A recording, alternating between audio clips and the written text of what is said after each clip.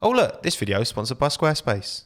DRS has been a fundamental part of Formula One for over a decade now. It survived multiple regulation changes, but now in 2022, is it time it's put to bed for good? After last weekend's Saudi Arabian Grand Prix, the question was more prominent than ever online, it seemed. Perhaps it just needs gradually phasing out, or is it a part of F1's present and future? Well, my name's Tommo. Let's talk about it. So let's just quickly start by going over exactly what DRS is. I know you'll probably know this, but let's just make sure we're all on the same page. DRS stands for Drag Reduction System, and it does exactly what it says on the tin. It reduces the drag created by your car in a straight line, reducing the amount of air resistance, which makes you go faster. Big rear wings means big downforce, which obviously you need for the corners to keep the car stuck to the ground as you're turning in, cranking all those G-forces. But when you're in a straight line, that big rear wing creates loads of drag. So have a little slot open up in it, then the air can go through.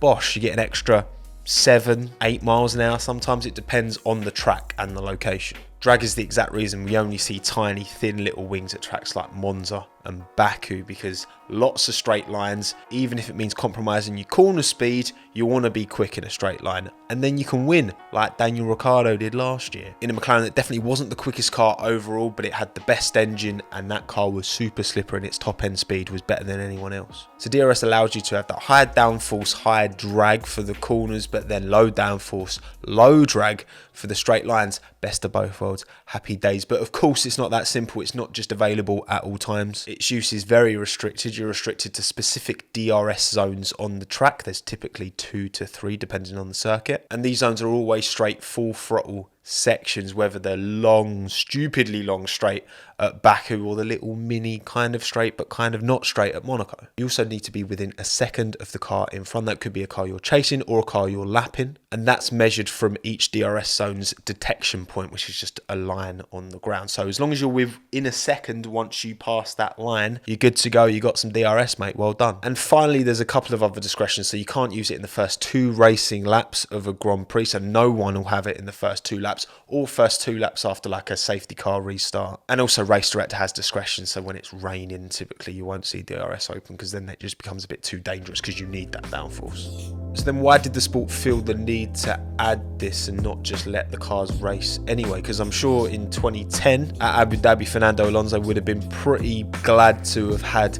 DRS instead of getting stuck behind Vitaly Petrov in the Renault the entire race and not making the pass. Well, that was a clear illustration of the exact point. You needed a massive pace advantage really to overcome the dirty air from the car in front to get a move done pre-DRS. Now yes, because F1 isn't a spec series, you will sometimes see big pace discrepancies between the quickest and the slowest cars, so moves would still get done, but especially amongst the kind of mid to lower field, when you got those regular weekends when it was dry, there was no crashes and there was no madness in qualifying. Where you qualified would typically be where you finished the race. So for the 2011 Formula One season, DRS was introduced for the very first time and has stuck ever since to remedy this overtaking issue. So the last 3 sets of regulations really, so this new set in 22, then 2017 to 2021, and then 2014 to 2016, which was kind of different to 2017, have all had DRS. It has been a fundamental part of the sport to assist overtaking. Could the new regulations have been formatted in such a way to not need DRS, address that overtaking problem in the cars themselves? Seemingly not for now anyway. DRS also stands for Don't Resist Squarespace, apparently. Look, I don't make the rules, I'm sorry. So if you want to build your very own website from scratch with hundreds of beautiful templates to choose from, easy as you like, drag and drop functionality, portfolio, blog, online store, or just for fun, Squarespace is the place to go. Best of all, you can try it out, play around, see if it's for you completely free of charge. It's only when you want to go live to the rest of the world with the site that you've built that you'll have to put your hand in your pocket. So go and open a separate squarespace.com tab and give it a look after this video. There's literally nothing to lose. You might as well. And once you've inevitably fallen in love with it, built something you're happy with and want to go live, that's the time to go to squarespace.com/TommoF1 and save 10% off your first purchase of a website or domain. Simply lovely. So over its 11-year tenure in the sport, has DRS done the job it set out to do? This is of course a subjective question, but I think overall, when you consider all factors, I think it's done a pretty good job. Because the problem with dirty air is that as soon as you get within about 5 seconds, typically, of the car in front, you start to lose downforce. This was why it was needed in the first place, because you'd get close, then you'd lose all your tyre performance, your tyres would heat up, you'd lose any aerodynamic grip, and you wouldn't be able to get the move done. DRS would give you that opportunity once you did get close to then get that extra little boost to get you across the line.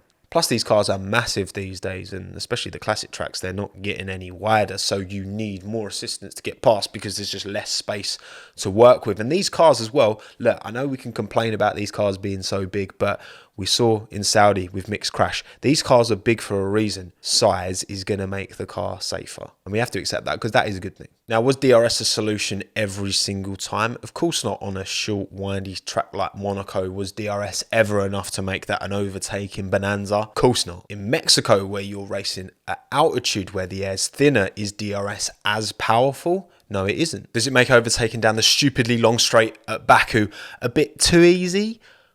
Probably. The power of DRS would ultimately reflect the characteristics of each track. And like, if you haven't heard of the phrase DRS train, that would basically be the result of the car at the front not having DRS and then cars behind being stuck because they've all got DRS, but the car in second still hasn't got enough pace to overtake. And then the car in third is stuck behind a car. They're getting dirty air off and that car has DRS itself. So it just becomes a nightmare. They're called DRS trains, but I feel like they existed before we had DRS anyway, because in the past, you would still have the dirty air getting you caught in a queue. So I guess the best way of identifying whether DRS did the job is to compare that 2010 season pre-DRS with 2011 post. The cars didn't change that much between 2010 and 11, and the numbers, they don't lie.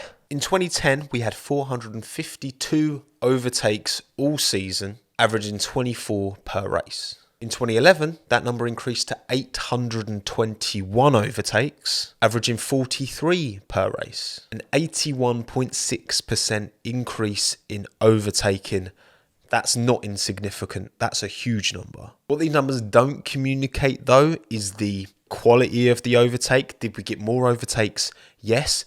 Did most of those overtakes come in a straight line where the overtake's done before you even get to the corner? A lot of them did, yes. Those kind of overtakes are not exciting in any way, shape or form. And F1 really struggled with those kind of DRS overtakes being the dominant type. Because, you know, why would you risk going into battle in a corner if you know, oh, I can just sit back a little bit, pick up the DRS and overtake in a straight line? DRS giveth, DRS taketh away. Overall, has DRS done enough to justify its inclusion? Has it made racing more interesting, more exciting, more overtakes? It's not perfect, but it's done a pretty good job.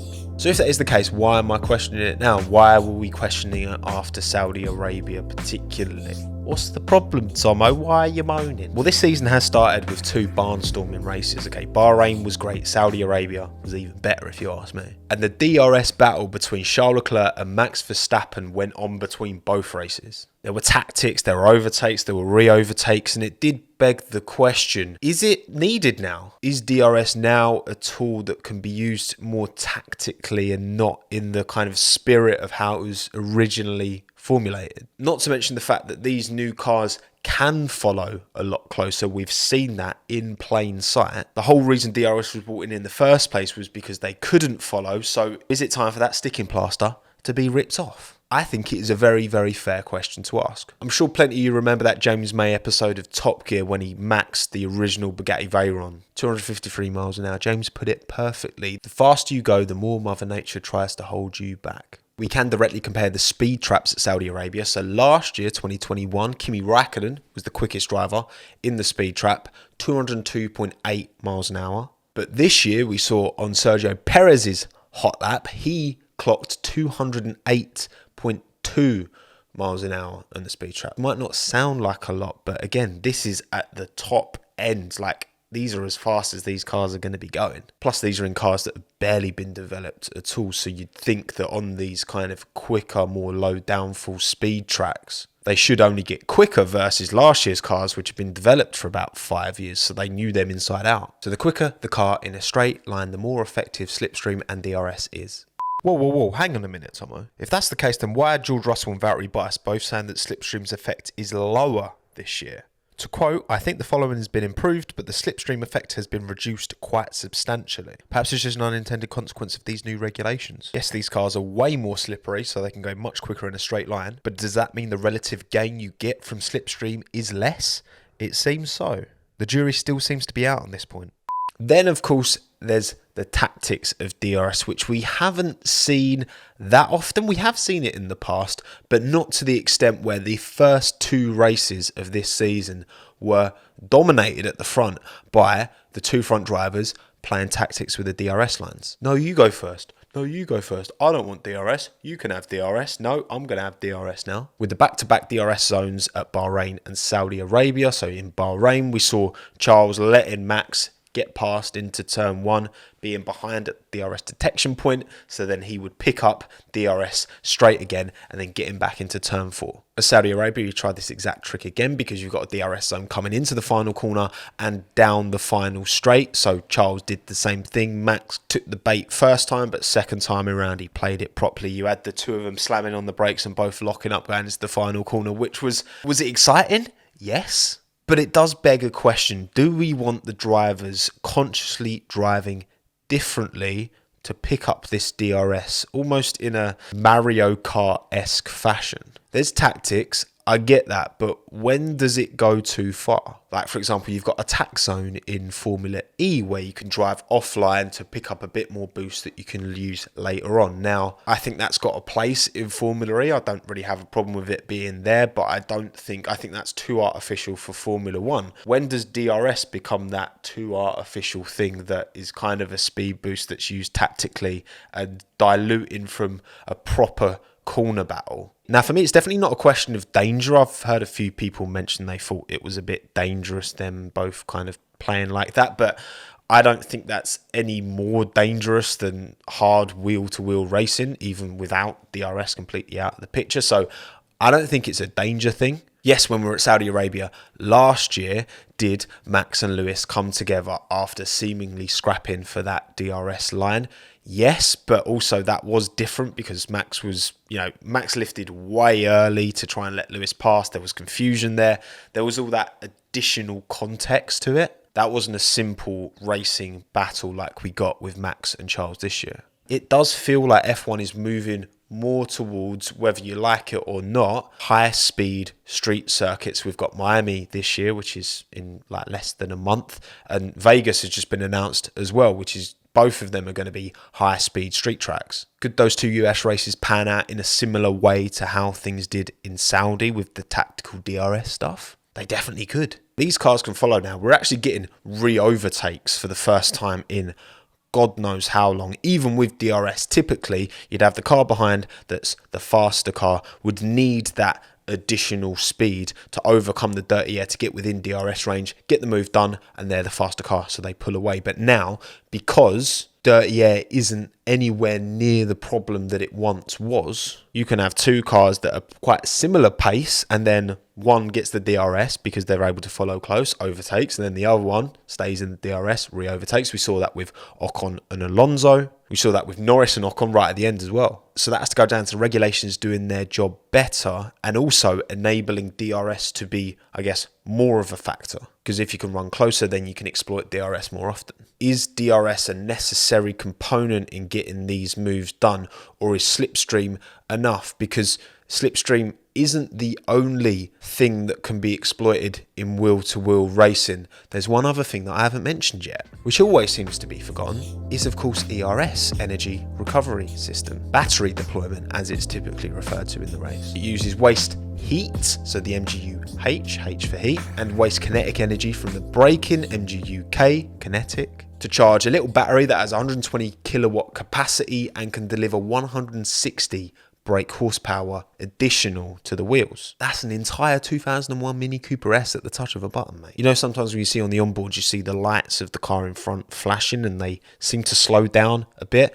That's when they're harvesting energy, and that's to tell the driver behind that I'm harvesting, so I might be going a bit slower. Watch out. Slipstream plus DRS plus ERS is seemingly why we saw Max slingshot past Charles so quickly on a couple of occasions at Bahrain. Now, again, you could argue that ERS is too gimmicky and too artificial, but personally, I haven't got a problem with it because, everyone's got equal access to ERS. You can choose to charge it up whenever you like. You can choose to deploy it whenever you like. So you can deploy it when you're making an overtake, or you can deploy it to try and defend from someone behind trying to make an overtake. So for me, that's less of a gimmick because, ERS management and working out and making sure you've got enough ERS at the right time is another strategic component that every driver has equal access to. So I'm cool with ERS. So to get rid of DRS, you've got to be confident that slipstream plus potential ERS usage is enough to make battles more exciting.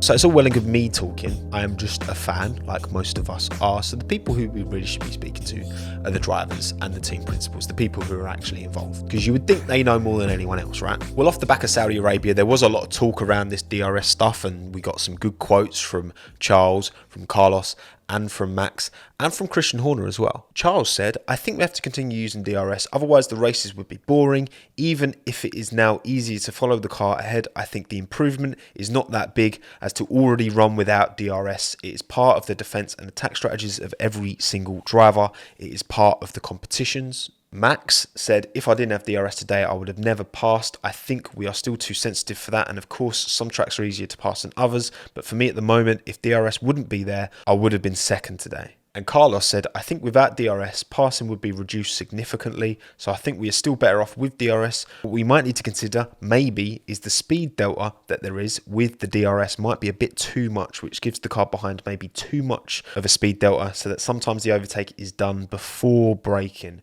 And you'd much rather have two cars battling under braking rather than passing like in the highway." So all of them sounded pretty happy with keeping DRS, but I think an important point to make is that all three of those drivers, as well as pretty much every single driver in F1, only knows F1 with DRS. There are only 4 drivers who have and will race this year who have raced without DRS. Lewis Hamilton, Fernando Alonso, Sebastian Vettel, and Nico Hülkenberg. Even stalwarts like Checo and Daniel Ricciardo. I mean, Checo started his career in 2011, the first year of DRS. Daniel started in 2012. So most of them don't know any different. And even though his team took the dub, Max took the win at Saudi Arabia, Christian Horner did come out afterwards and was fairly critical of DRS. The DRS is so powerful, you can see that there was a game of cat and mouse going on between the drivers where they'd actually brake to a point that they accelerated then to the corner. So I think we should look at where the DRS detection zone is for future years. You definitely want to avoid being in that situation.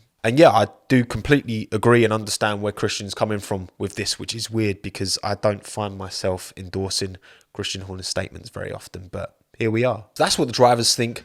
What about you lot? You, specifically you. Well, I asked you lot on Twitter, didn't I? Go give @Tommo F1 a follow. We're on almost 80k. Bun your tick mark. Don't care about that. I want another plaque. And the question I asked was a simple one. Would you endorse the immediate removal of DRS from Formula 1? So of almost 30,000 votes, that's a pretty big sample size of people. Only 9% said they'd advocate for its immediate removal. 61% said no, and 30% of you said you're sitting on the fence. You're not really sure. No takes the convincing win, but what this does say is that, 39% are at least open to the idea of getting rid of DRS, which I think is pretty significant. And I think that number would have been a lot lower last season if we'd have asked the same question and there was no regulation change. Also, some of you had some pretty interesting suggestions as to what F1 could do. So we'll go through some of them now. Starting with Hayden, who had a pretty good idea for once. Well done, mate. He said, remove DRS for the 3 sprint races and see if people can still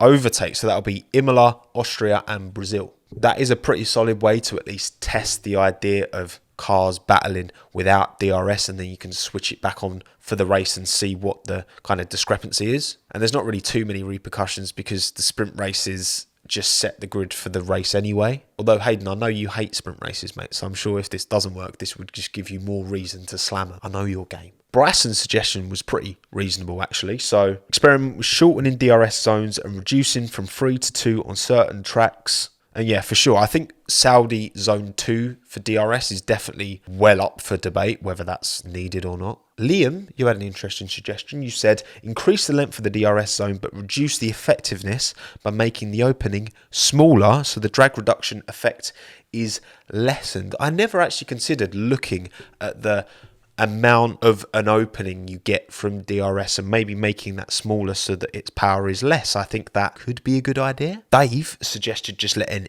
everyone have free reign at DRS whenever they like, which would increase overall fuel efficiency for the cars because the cars would be punching less of a hole. Good for the environment, but if you give everyone DRS, then it's the same as not anyone having DRS. But maybe that is more of a solution than just getting rid of DRS. Chris doesn't mind the principle of DRS, but suggests that just giving each driver a limited number of times that they can use it so they can use it whenever they like, but maybe only like 3 times all race. That's kind of cool. That's like a similar thing to ERS, I suppose, because you can just use it whenever you want and every driver's got equal access to it. I think reading through your comments, obviously the two most extreme schools of thought are either that DRS is a cheat code and it's not proper racing and it's artificial and you don't like it, or this racing is amazing for the first time in years, and why are you trying to change something that's great? You know, I think the actual solution is probably somewhere in the middle. Is it taking it away straight away? Probably not. Is it keeping it forever? I don't think so either. And that's not just me sitting on the fence. I think that's the case with most things in life. You've got to try and at least understand and consider the alternative point of view to then come to the most reasonable conclusion. Because, you know, even with DRS, are moves easy to get done all of the time? Absolutely not. We still see plenty of failed overtakes. We see DRS trains. It is not a cheat code. But also, if you're just going to justify keeping DRS long-term by the fact that it's exciting, well, there's lots of things you could add to F1 to make it more exciting, like sprinklers, like Bernie wanted to, giving them random power boosts that are decided by the viewer on Twitter. Drivers change their own tyres. I don't know. You can justify plenty of mad stuff just because it's exciting, but just because it is exciting doesn't justify its inclusion. You know what I mean? That's not enough on its own. I think much of anyone's stance on DRS is going to come from what you picture, what you believe F1 needs to be. Is it this super pure engineering racing thing? Or can it be a bit more accepting of kind of other ways of making the racing exciting? Personally, I don't want it to ever be a spec series. I don't want it to have stuff like fan boosts that we see in Formula E. I don't want it to ever leave a track like Monaco, even though the racing's not that great. I don't want 25 races per year. They're my feelings, and I'm sure some of you will agree with all of that. Some of you would like all of those things. And I guess for me, like, DRS came into the sport when I was 18, so I do remember F1 without DRS. So then is it easier for me to envisage F1 without DRS now compared to a newer fan? I guess so, probably. So looking at the whole picture, what do I think? How should F1 proceed with its approach to DRS? As this new generation goes on, as we get into 2023, 24, 25, these F1 cars should, in theory, start to converge. The gap between the top and the bottom, which is still big, you know, the Ferrari and the Red Bull are still way quicker than the Williams at the back, but that should start to close. And as that closes, do I think that DRS will start to become a bit too OP, a bit overkill? I do think we will get to that stage. It won't be like a sudden stage, it will be a gradual thing, but I do think we will get to a point where it's not needed anymore. Slipstream and ERS is enough. DRS was a solution to a problem in 2010, 12 years ago. And is it still a problem now? Dirty air.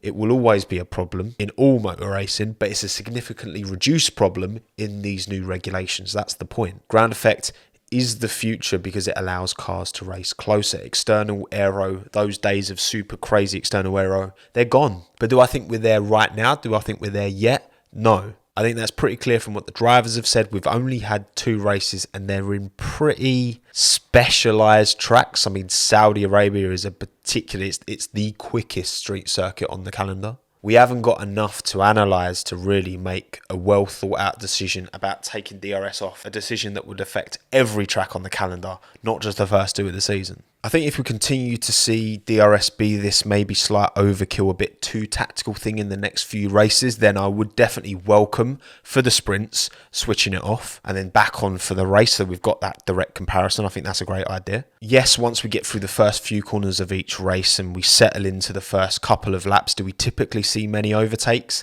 No. But then again, like, why would you overstretch trying to make an overtake at the start of lap 2 when you know on lap 3 you're going to get DRS and you can make that move a lot cleaner, safer, easier sometimes. So I don't think you can look at that first 2 lap window too much to properly analyse DRS. Back-to-back DRS zones definitely need to be looked at, but I don't know, you know what, like, as I've been scripting and thinking about this video and putting this out there on Twitter and having this kind of conversation, I do feel like my opinion around it has changed ever so slightly. I want to use Monaco as an analogy, as an example. So again, I am prepared. I'm very happy to accept Monaco as it is. The racing isn't fantastic, no, but it's the best qualifying session of the year. It's a super unique track, a super unique environment. You know, there's 23 races on the calendar now. I think each race should have its own personality, its own character. And the fact that this is, you know, it is a bit of a procession in the race. It puts extra emphasis on the pit stops as well. So there's even more pressure on the teams in that regard. So it's just different and it's historic and it's nice and it's interesting. So if I'm prepared to accept that with Monaco, should I also be prepared to accept that at a track like Saudi Arabia, with these back-to-back DRS zones, we might get some kind of chicken going into the final corner and drivers having to play that tactically where you wouldn't on a track like, I don't know, Silverstone?